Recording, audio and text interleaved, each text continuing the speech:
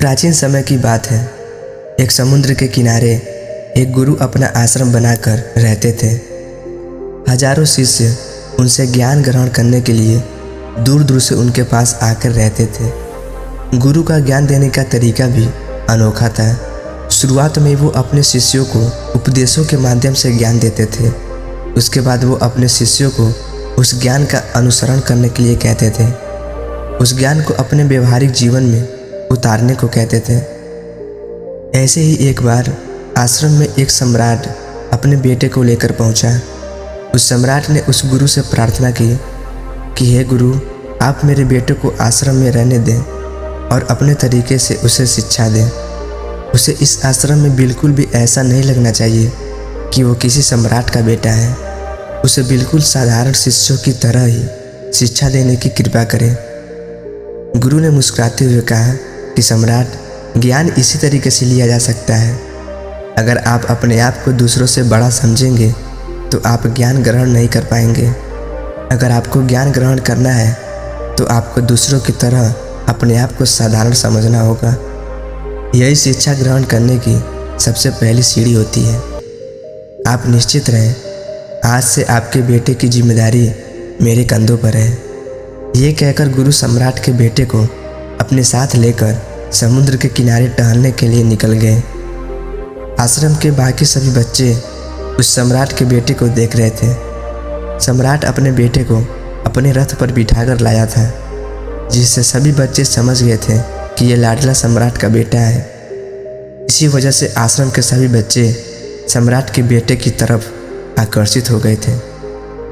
जब गुरु सम्राट के बेटे को लेकर समुद्र के किनारे टहल रहे थे तो सम्राट का बेटा अचानक फूट फूट कर रोने लगा, क्योंकि अभी वो सिर्फ 13 वर्ष का था और 13 वर्ष की आयु में उसके पिता उसे अपने से दूर छोड़कर चले गए थे। ये सदमा वो बच्चा सहन नहीं कर पा रहा था। वो नहीं समझ पा रहा था कि उसके पिता उसकी भलाई के लिए उसे उस गुरु के पास छोड़कर गए हैं। उसे रोते हुए देखकर गुरु ने कहा कि बेटा, मैं तुम्हें चुप नहीं करूँगा। हो सकता है कि आज मैं तुम्हारे आंसू पोंछ दूँ, लेकिन कल तुम फिर अपने आप को अकेला पाओगे। याद रखना, जीवन में इंसान अकेला आता है और अकेला ही जाता है। जितनी जल्दी जो इंसान इस बात को समझ लेता है, वो उतनी ही जल्दी आत्मज्ञान के रास्ते पर निकल पड़ता है। गुरु ने अपनी बात आगे बढ़ाते हुए कहा कि जो इंसान अकेला रहना सीख लेता है वही खुद से प्यार कर पाता है, और जो खुद से प्यार करना जानता है वो किसी के भी जाने का अफसोस नहीं करता, क्योंकि वो खुद से ही प्यार करता है। धीरे धीरे तुम आश्रम के माहौल में ढल जाओगे।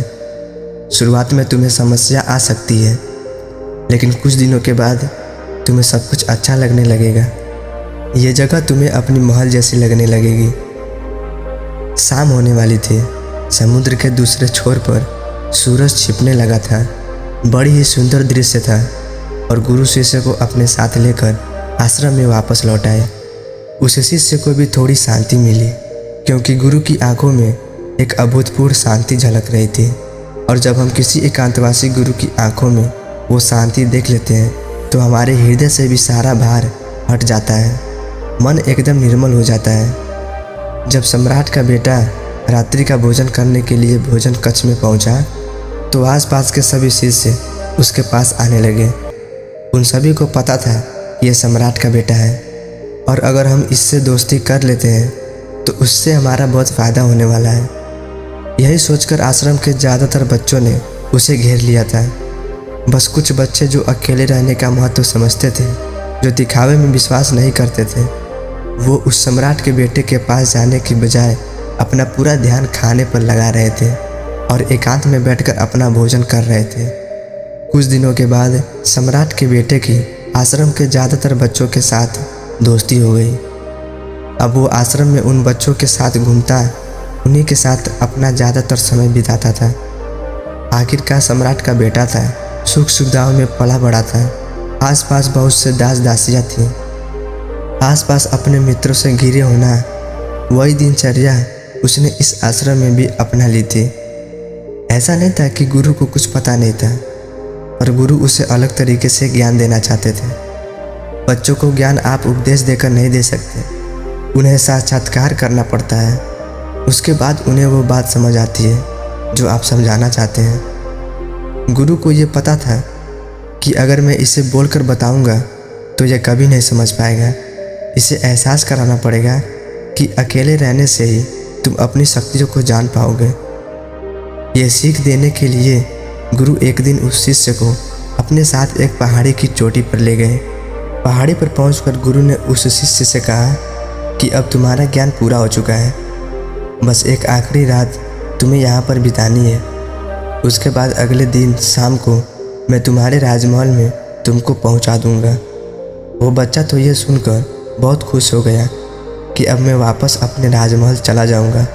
फिर से मेरे दास और दासियाँ, सारी भोग की वस्तुएं मेरे पास होंगी। उस शिष्य ने गुरु से पूछा कि गुरुजी, मुझे आज रात आप यहाँ पहाड़ी पर क्यों छोड़ रहे हैं? आखिर मुझे कौन सा आखिरी ज्ञान यहाँ से मिलेगा? गुरु ने मुस्कुराते हुए कहा कि यहाँ पर चट्टान के पीछे तुम्हें छिप कर बैठना होगा। यहाँ पर रोज़ रात को एक बाज आता है, तुम्हें उस बाज को देखना है और बड़ी गौर से देखना है। हर गतिविधि को देखनी है और उस बाज को देखने के बाद अगले दिन अगर तुम उस बाज की खूबियाँ मुझे बता पाए तो मैं तुम्हें तुम्हारे राजमहल वापस भिजवा दूंगा। और हाँ, सुबह आने से पहले एक बात और ध्यान देना, एक चरवाहा यहाँ पर अपनी भेड़ों को चराने के लिए आता है। तुम्हें उन भेड़ों की गतिविधियाँ भी देखनी है। याद रखना, बाज की गतिविधि रात को और भेड़ों की गतिविधि सुबह देखनी है। अगर तुम दोनों की गतिविधि ध्यान से देखकर मुझे बता पाए कि वो लोग क्या किए तो तुम इस आश्रम से हमेशा के लिए आज़ाद हो जाओगे। तुम्हारा ज्ञान पूरा हो जाएगा। मैं तुम्हारे पिता को कह दूंगा कि यह बच्चा हमारे आश्रम का सबसे ज्ञानी बच्चा है। यह कहकर गुरु अपने आश्रम में वापस लौट आए और वो बच्चा वहीं पर उस चट्टान के पीछे खड़ा हो गया। उस बाज का इंतज़ार करने लगा। काफ़ी वक्त बीत जाने के बाद वहाँ पर एक बाज अपने बच्चों के साथ पहुँचा।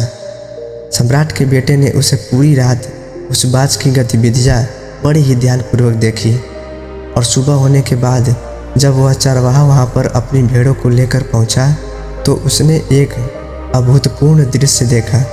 उसने देखा कि वो बाज भेड़ की एक मेमने को अपने पंजों में दबाकर आसमान में उड़ गया। उस भेड़ के बच्चे का शिकार कर लिया था। यह सारा दृश्य देखकर वो बच्चा आश्रम में वापस अपने गुरु के पास पहुंचा। इससे पहले कि गुरु उससे कुछ पूछते, उसने गुरु को प्रणाम करते हुए कहा कि गुरुदेव, आप आश्रम के सभी बच्चों को यहाँ पर बुला लीजिए। मैं सब लोगों को बताना चाहता हूँ कि मैंने क्या देखा। जब आश्रम के सभी बच्चे वहाँ पर पहुँच गए तो उस सम्राट के बेटे ने कहना शुरू कर दिया कि मैंने अपने जीवन में बहुत से पक्षियों को देखा है, लेकिन बाज उन सभी पक्षियों में से सबसे अद्भुत और सबसे अलग होता है। उदाहरण के लिए एक तोता हम सभी ने देखा है। तोता बोलता तो बहुत है लेकिन कभी ऊंचा नहीं उड़ पाता। लेकिन एक बाज जो कि हर समय शांत रहता है, वो आकाश को भी छू सकता है। उसमें आकाश को भी छू लेने की सामर्थ्य होता है। जब भी अपने शिकार को निश्चित कर लेता है तो वो उसी शिकार पर अपनी नज़रें गड़ाए रखता है, चाहे वो कितनी भी ऊंचाई पर क्यों ना हो, चाहे कितना भी बड़ा तूफान क्यों ना आ जाए, लेकिन उसकी नज़र हमेशा अपने लक्ष्य पर स्थिर रहती है।